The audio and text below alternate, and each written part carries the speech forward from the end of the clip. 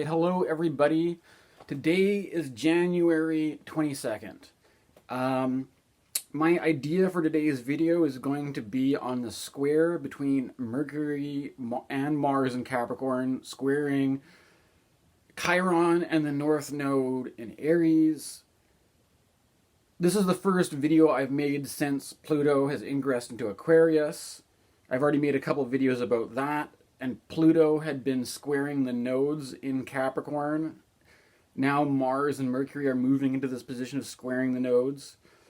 And I made a video already on my basic idea for this, where I was talking about the Emperor tarot card and this idea of Chiron as the wounded healer in Aries, and that usually having something to do with independence and all this kind of stuff. But then the Emperor card is also being a kind of an authority figure.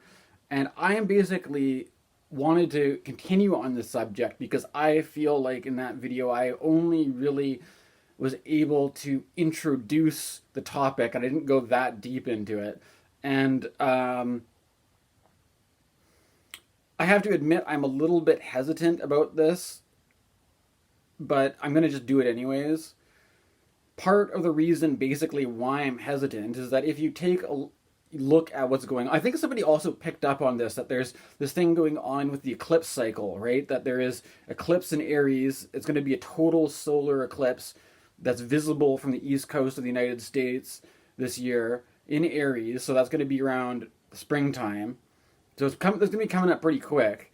And what I was saying is that there was around the time when I first started learning about astrology, there was a solar eclipse in Leo, and that was around the time that Donald Trump got in. And that one of the commenters, I think, was picking up that there's like some kind of something between these eclipses in the fire signs, and Leo, how Leo is the sign of the sun, is often associated with, leaders, the lion, the king. And Aries is like more of like the youthful lamb, but also has this emperor association with the Golden Dawn tarot scheme. But there's something about masculinity or healing the wounds of masculinity, that kind of stuff. And there is something that happened that where obviously there's issues around things like Donald Trump.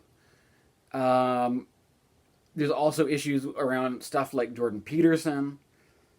And, the thing I want to do, the main thing I want to avoid is just giving people the impression that I'm somebody who used to be like anti-Jordan Peterson, and then I flipped and now I'm pro-Jordan Peterson as this very simple kind of like on and off switch kind of thing, when it's probably a lot more nuanced than that. And, the thing is, like, I think my other video I tried introducing this, and I just get bungled up or caught up in not wanting to avoid the association or avoid easy associations that I'm saying this thing or that thing, or I'm in one camp or the another, right? And the main thing obviously about Jordan Peterson was he got popular for this criticism of trans issues, right? And okay, I don't have to get into.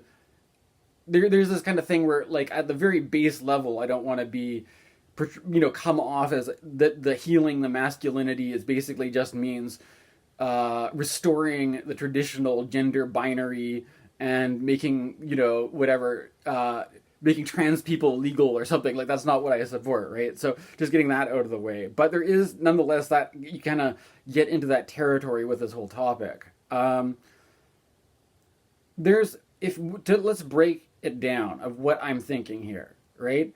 If you look at the archetype of the king, of the emperor, and the whole issue to do with patriarchy or whatever, right? What you have are two things, mainly, right? You've got the gender distinction of male and female, you've got the idea of authority, basically, right? And I don't want to make this just me sitting here telling you what I believe and what I don't believe, but rather we can look at this in two, you can look even in, if you go back before there was anything like feminism, before there were female figures of power, female queens, female empresses, and so that we can see the idea of power and authority, and that kind of structure as not necessarily, well, no, okay, maybe I'm getting mixed up here, but you know what I'm saying is that, I mean, maybe they were in a patriarchal system, but that power and authority on itself doesn't, we can talk about power and authority without making it into basically just a male-female issue. But of course there is a relevant part of this, because I'm making this video and I'm a white male, and there's this whole conversation going around about a bunch of frustrated white men who feel like, you know, that they are entitled to having a certain position in society, or they're entitled to a certain structure, and now that structure is not there anymore. And so, like, you know, like, there's this kind, the idea is that the you know, I don't want to necessarily make it about that either, right?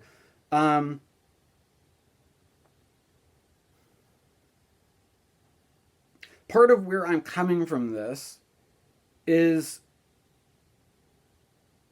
ever since I have been making these videos, I've been sort of, you know, like, I have to admit, I've never lived completely alone before, right? I've always lived with other people. If you go back to, if you look at this channel and look at when I started it, and where I was when I started it, and what kind of videos I was doing, I was living in a town called Nanaimo on Vancouver Island with my girlfriend, and part of what I was doing was kind of playing off the energy that was there in that relationship, or in that dynamic between me and my girlfriend. And we were hitting some difficulties, or I was sort of losing confidence in the relationship. I'm not going to spend all my time talking about that particular dynamic in this video, but we broke up anyways. And what happened was the landlord moved back in, and then there were certain problems or tensions or conflicts in that dynamic as well. And then I think I made, you know, maybe if you looked at some of those videos, you might be able to tell if I was kind of playing off that dynamic. And then what happened after that was I moved back to my family's house here in the mainland, right? And I had to deal with my family situation too, right? And the thing is, I don't want to make anything, like, each of these situations is very different, whether you're living with a girlfriend, whether you're living with a roommate, or somebody who's your landlord who's renting a room out to you, or if you're living with your own family, right? There's different, and basically there's a structure there where there's a role that you're in, a relational role. I'm here as a brother and a son with a parent and a sister, or I'm here with a girlfriend or a partner, or I'm here with a roommate, a housemate, or a landlord. Each of these are different roles, right? And this is the whole thing when it comes to what I was trying to say about the separating the issue of power from gender, right? Because if you're thinking about, you could also do the same thing with, like,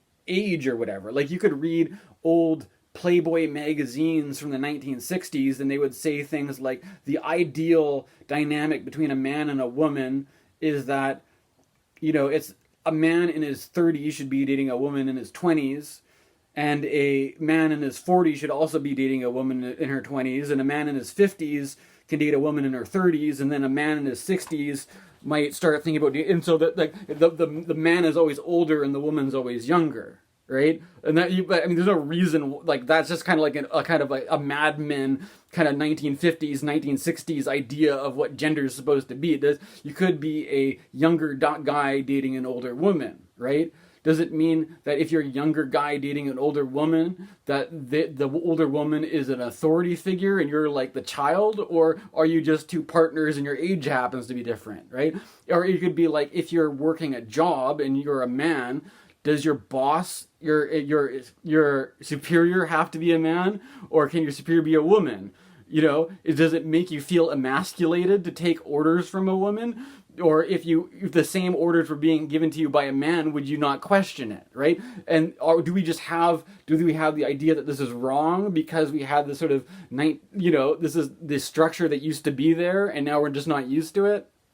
Those are some of the questions, right? But I'm looking at it as these things that, like, whether or not I don't think there's any, there's not really any well, there could be differences.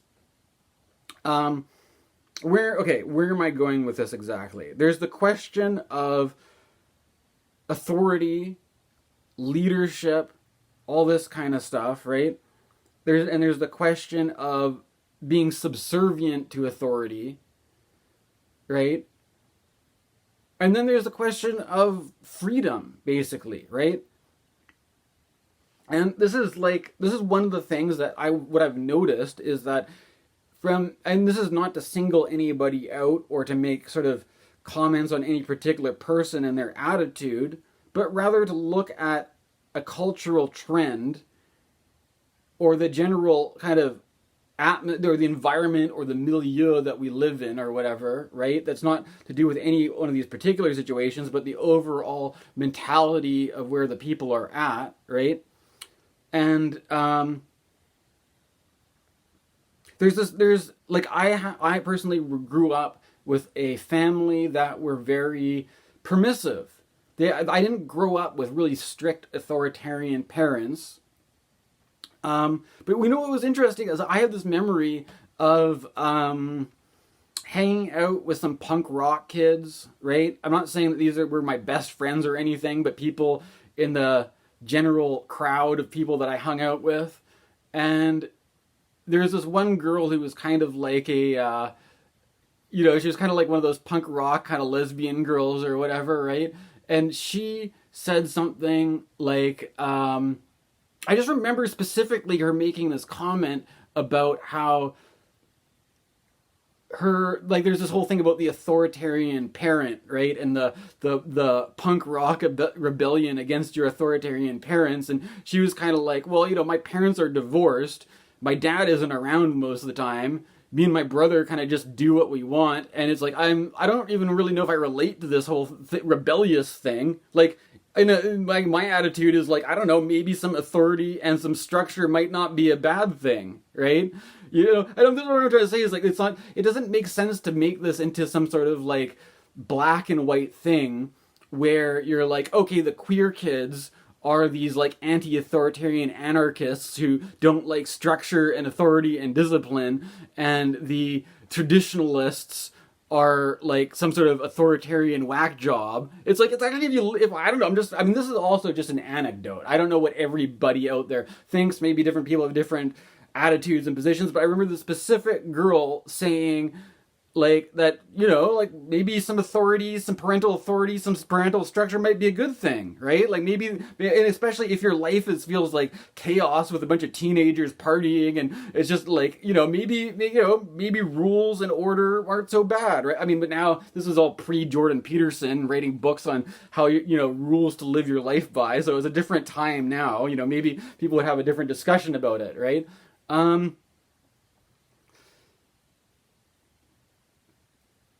So anyway, there's this whole thing about healing around the idea of the emperor representing authority and all this kind of stuff, right? Or leadership and that. There's also this kind of question about, well, I don't know, what direction do I want to take this?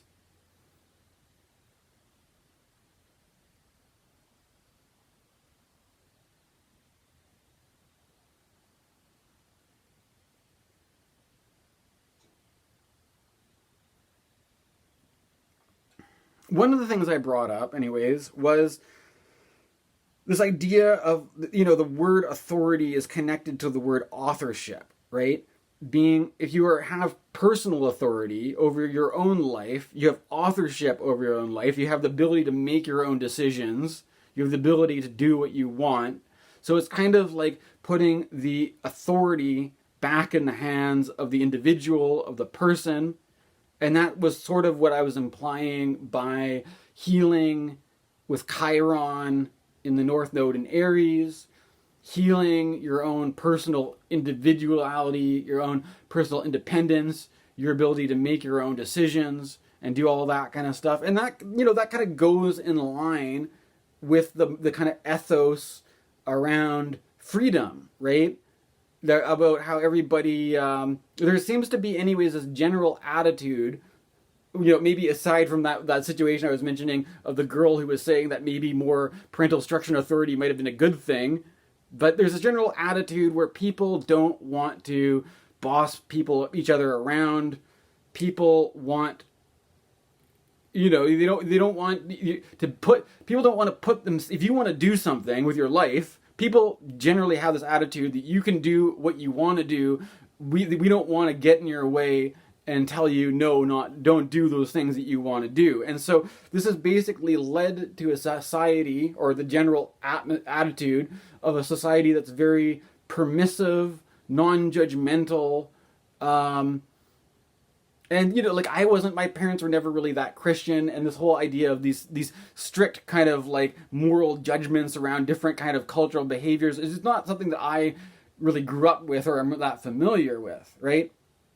But I think something may have changed recently. For one thing, the whole thing around COVID, there was this whole thing where people were feeling, I started to feel a little bit annoyed by, the guy that I was living with before I moved back to the mainland,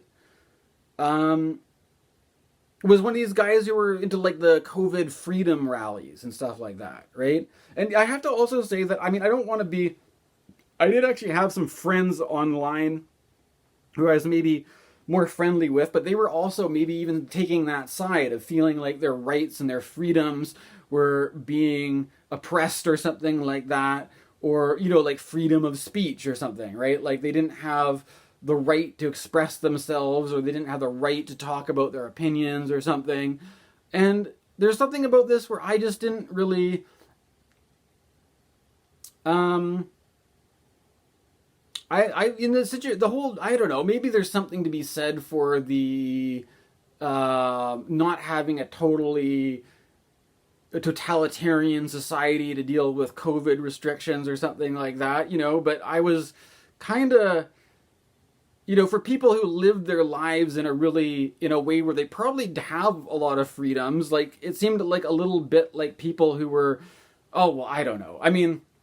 Maybe I'm not going to get into that one, but there's another side of this question around freedom and authority that I noticed. And again, I don't want to make it personal, but in this case, there is a specific guy. I don't want to make it personal. There's this kind of thing that there's like, I noticed this one guy at one point in time. Like, I have stopped using Facebook. Let me just say that don't really go on there anymore. I might check it once in a while, and I noticed people, more than one person on Facebook saying like that they don't like people following them that are haters, right? They don't like people following you who will, don't say anything, and then they just show up and they disagree with you, right? They obviously, people like having people who agree with them, people who support your opinions, who make you feel accepted and validated and part of some kind of group and community. But the people who disagree with you, or who follow you, or who give you enough credit to read what it is you have to say, but then have the nerve to disagree with you or challenge you on what you're saying, those people are haters, and they should just not bother you, right?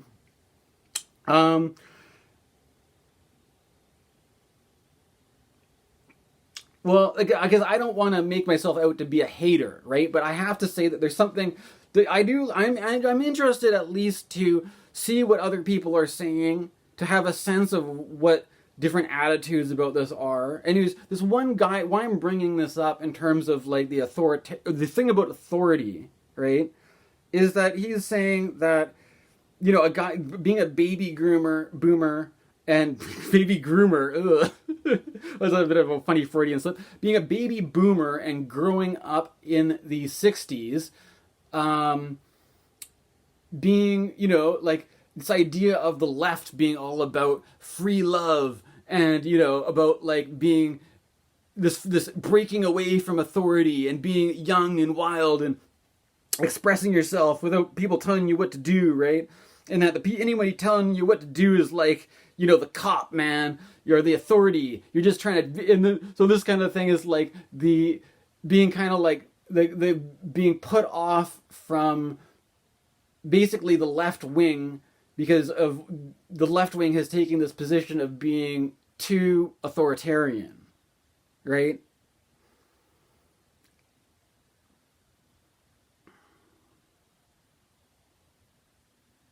And I mean, part of it is kind of obvious in that there's a change of social structure, right? And this is, I mean, I'm going to take it back to the Emperor card. There's this kind of idea of not just a person who's in authority above you, who you're taking orders from, or who tells you what to do or what not to do. But it could be, like, for some people, this is very much associated with the idea of God, right? There is this idea that is God this thing that says this is what you do, this is what you don't do. And, at one point in time, this is how it worked, because the church and the state were together, and you had a king, and the king was God's chosen representative, and the laws of the land were the laws of God. And it was a kind of thing that was all together. And now we live in a secular society now. There's a separation between church and state. And we have a different kind of different social order where things that were previously prohibited are now accepted. And there's a different relation to authority, or there's a different relation to this thing that says what it is you should do or what it is you shouldn't do, right? And there's this whether it's this guy on Facebook, or whether it's my old ex-landlord, or whether it's whatever, any other relation I may have with friends or family, there's this general attitude that approves of this idea of permissiveness, of live and let live, we don't want somebody being the boss and ordering people around, and we want to just empower everybody to make their own choices and do what they want and all this kind of stuff, right? But there's something about this is like, and there's this whole thing too where people are also don't like the idea of the dualism between good and evil, or the gender binary, or all this kind of stuff, right? But there is this thing that happens, though, that when you take any certain value or virtue, if you take one thing and take freedom, for example, you take freedom and you make that your God, basically, right? By saying that this principle of freedom and permissiveness and live and let live, and everyone can do what they want in a free society, and we take that and we're going to make this our God. I mean, not to say that it's, by saying making it our God, I kind of make it figuratively, because a lot of people may believe in this, but may not believe in the whole, may not treat it religiously, but nevertheless, there's this effect that happens where the thing that, if you make that your God, whatever the contrasting binary principle to that is, that contrasting binary becomes the devil, basically, in respect to that God, right?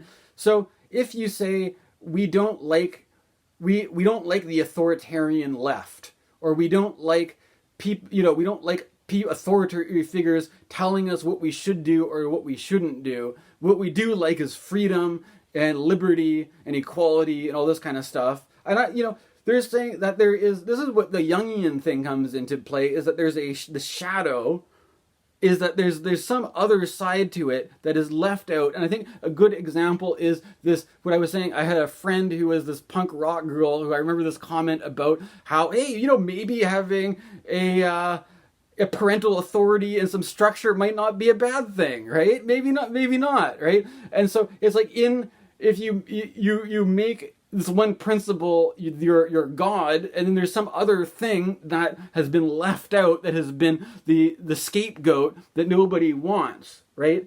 And this is the whole thing. And I realize too, it may be a little bit of an anachronism to bring up Sun Ra, because Sun Ra died 30 years ago. And Sun Ra, I think it's probably better to listen to people who are alive and speaking and, engaging with the situation today, and not just be hung up on, the past or whatever. Or you kind of have to look at people and what they were doing within a historical context, within a cultural context. And that's, and like I was saying, like, my point is that I don't want to become identified particularly with that perspective. But I think that there is still, I don't think it's a waste of time to be alive in 2024 and to listen to, it doesn't matter if you're, what your background is, what your gender orientation is, what your views are, that there's something worthwhile in listening to Sun Ra, right? And Sun Ra would say stuff like, the America's got a White House, but it doesn't have a Black House, right? The idea that if you make freedom your God, you make authority the devil.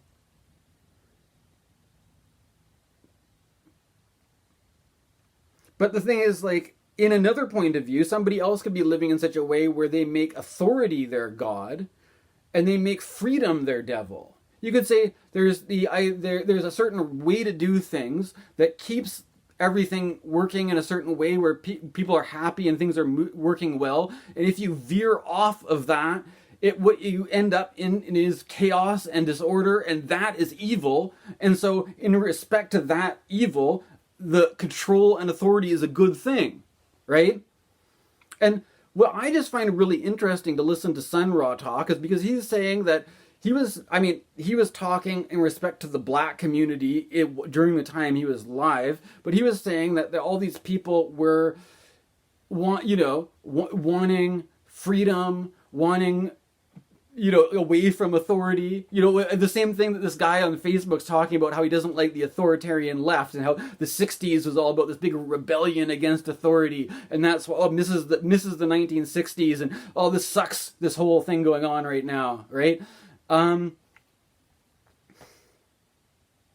There's like the whole thing about the Sun Ra was saying that Sun Ra was talking about this Egyptian god Ra, and speaking from the point of view of being a kind of ambassador for Ra, and saying that there's all these people who what they make their god, or what they value, is this sort of principle of freedom and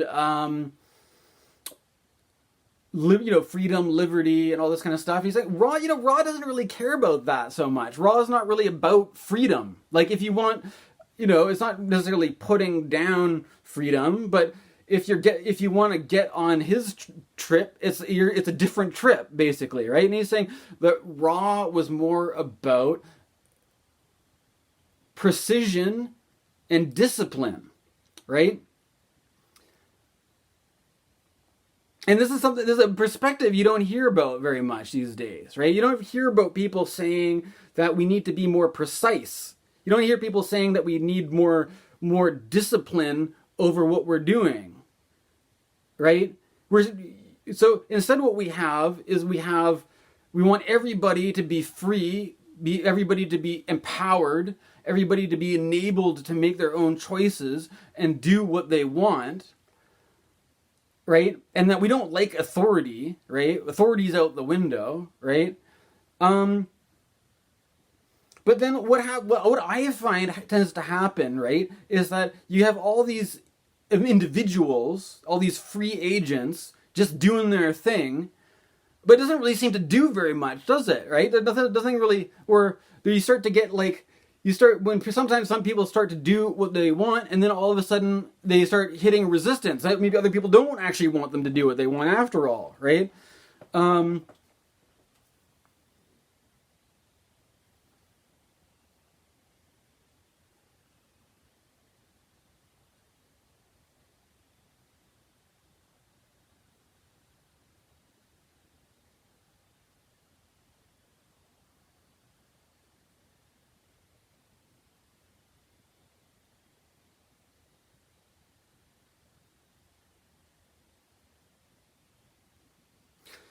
The other thing about this is that if you take the Carl Jung perspective, right, that there's the idea of the conscious and the unconscious. That if you make one of these principles conscious, and that what that tends to mean is that if you make it the thing that you to portray yourself as being associated with this thing, like I am a person who believes in freedom, who wants everyone to be free and everybody to do what they want and all this kind of stuff. There may be an unconscious part of it that you don't like. The more you are, I'm this person who believes this thing, who identifies with this thing, the more there's an unconscious thing where the part of you that isn't like that, the part of you that does actually want to control people, that does actually boss people around, but you can't say it because, if you actually don't want people to be free, if you actually want people to listen to what you want, if you're like, you're going to go off and run around, do all this stupid shit, I'm not neutral about this. I think it's a bad idea. I think you ought to listen to me because it sounds like you're going to just get into trouble, right? If that's what you think, but you can't say it because we live in a world where the order of the day is freedom. Freedom is the God, and if you were to say you shouldn't be free, then you are on the side of the devil in relation to that, right? Then that becomes basically hidden, right? That becomes some hidden thing where you are like, you have to play the part you play openly is like, yeah, I agree, everybody's free, everybody can do what they want, and then meanwhile there's some thing going on where you're like, I just want people to do what I tell them to do. I just want to have some control over my environment. I just want to have some control over the situation. I don't have control because all these people are just doing what the hell they want, right? So it's kind of like if who are, and then if you identify with that, people are like, oh, this guy's just an asshole who wants to boss me around and control my life, right?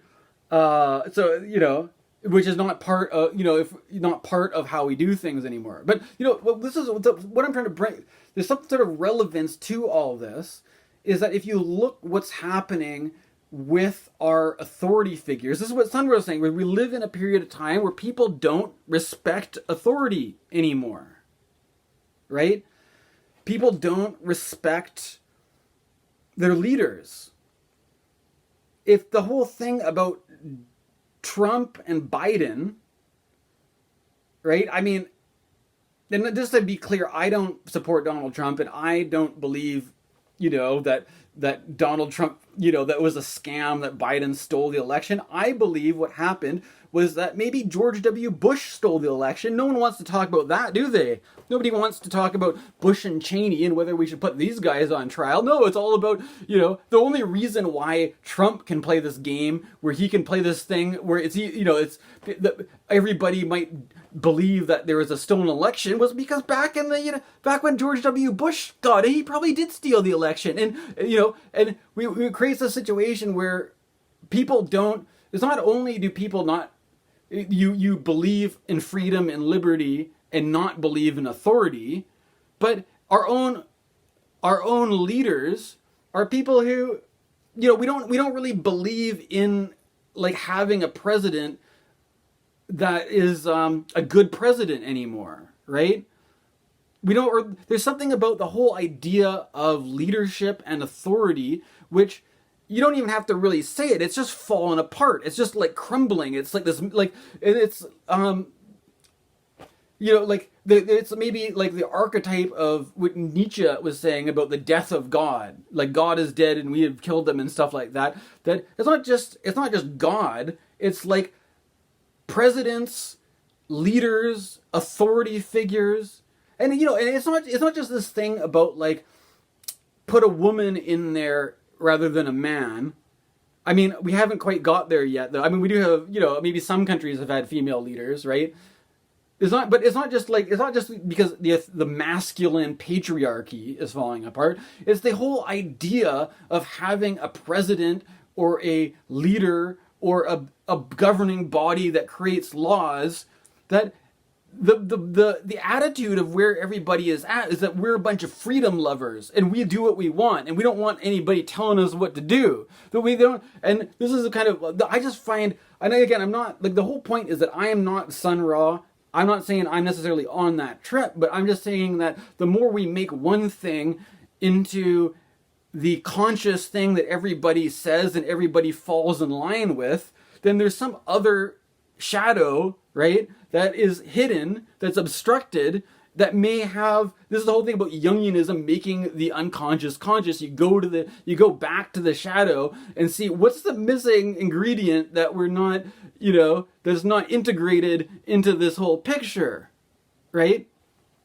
And because it's a different thing than saying we just have to go back to the way we used to do it, right? It's not that. And maybe we never go back to the way we used to do it. Maybe things are always changing. Maybe things are always evolving, right? So it's not against change. It's not against progress. And it's not about just trying to go and take a time machine back to some other time and as if that was the right way to do things. But there's the other thing I want to say is, like, there's this poem from Hafiz, right? And one of the lines in Hafiz is, this Hafiz poem it's like a prayer. It's like, keep me far away from those whose words and deeds do not match. Right? So it's like, if you really believe in freedom, if that's really what you affirm, if that's what you say, then don't say that and then act like a controlling boss who's trying to order you. If you say that, then do it. Be that way, or don't say it. Or if don't tell me one thing and do the other, right? Don't piss up my feet and tell me it's raining. If you want me to be free, then do what you can to help me live a free life. Don't tell me you want me to be free and then put me in a box. Right? And this is what I'm like, this is basically, because I don't want to, I don't have any problem if somebody wants to explore their options in terms of gender stuff. If you feel like you are non-gender confirming and you want to be trans, and if you want to be gender queer, if you want to be non-binary, I don't care. It's fine. Do it. Whatever. Like, it's not my job to make up. So I'm not making this into something like we're healing the gender binary. So we're all the men are going to be manly and all the women are going to be feminine. I don't care about that. Right?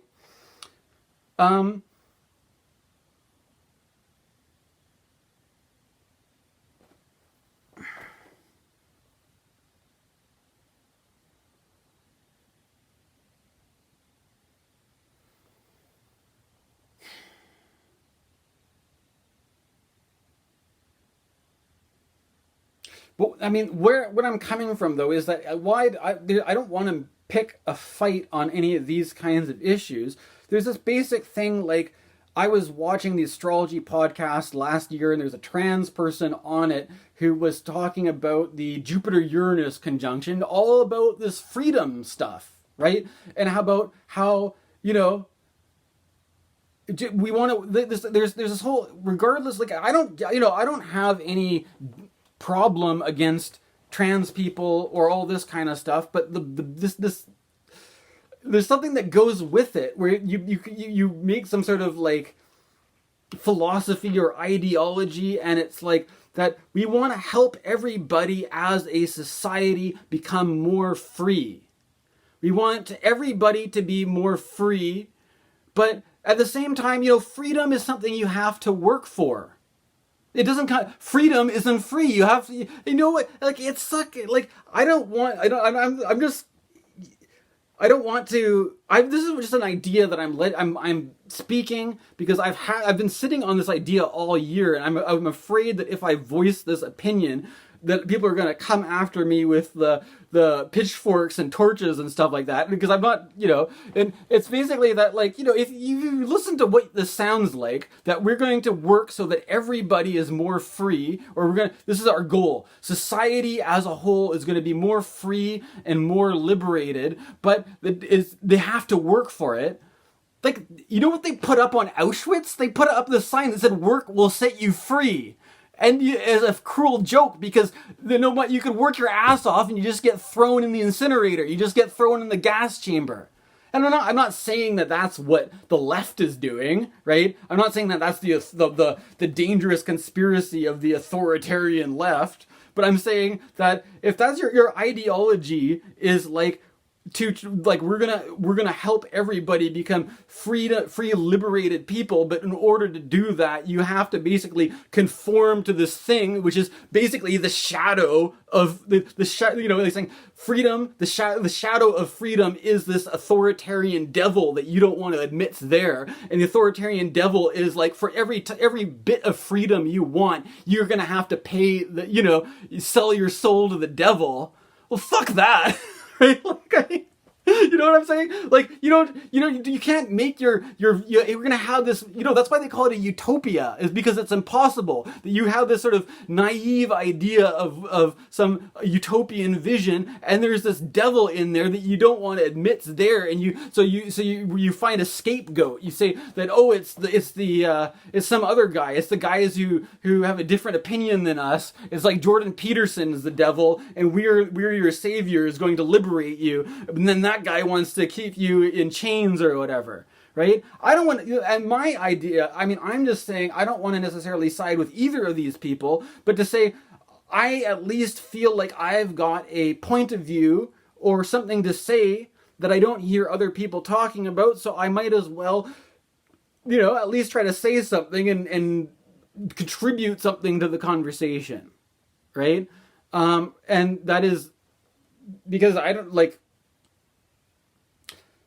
I have my own voice, and I have my own identity, and I have my own position, and I don't see that represented by anybody else. So I might as well chime in, right?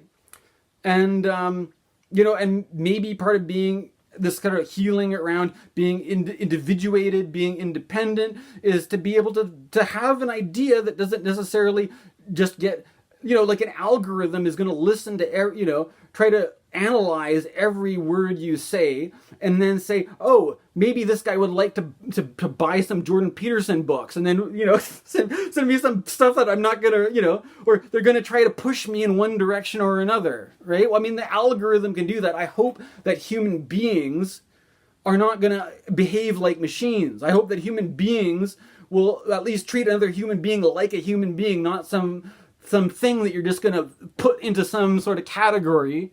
And then, because this is the whole thing too, is that there's the, I don't know, I don't have it bookmarked, but in the Deleuze and Guattari that I'm reading, there's this bit where he's saying that, like, capitalism functions in a certain way where it wants men to be like men and it wants women to be like women, right? And now that we've got a system where we've gone beyond the gender binary and we're starting to include trans people, do you really want it to be a situation where it's like, okay, now instead of being, instead of checking your census form, you can check off whatever identity you want, and then they're going to be like, oh, so you're trans, and that means you must be like this. That means we know exactly all the things to market to you. We know exactly what you're supposed to be like, and now rather than having male, female, we have all these other things that you are not really free. You have to be like this.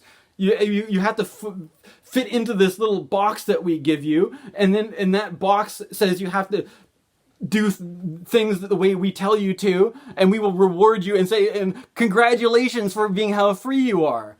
Well, fuck that. What if you want to do something else? I don't know. I don't know if I'm communicating this clearly or not, but this is my best try anyways. Hopefully, I don't know. We'll see. Well, let me know what you think. I don't know. This is my attempt anyways at trying to get an idea across. Thanks for watching. Okay.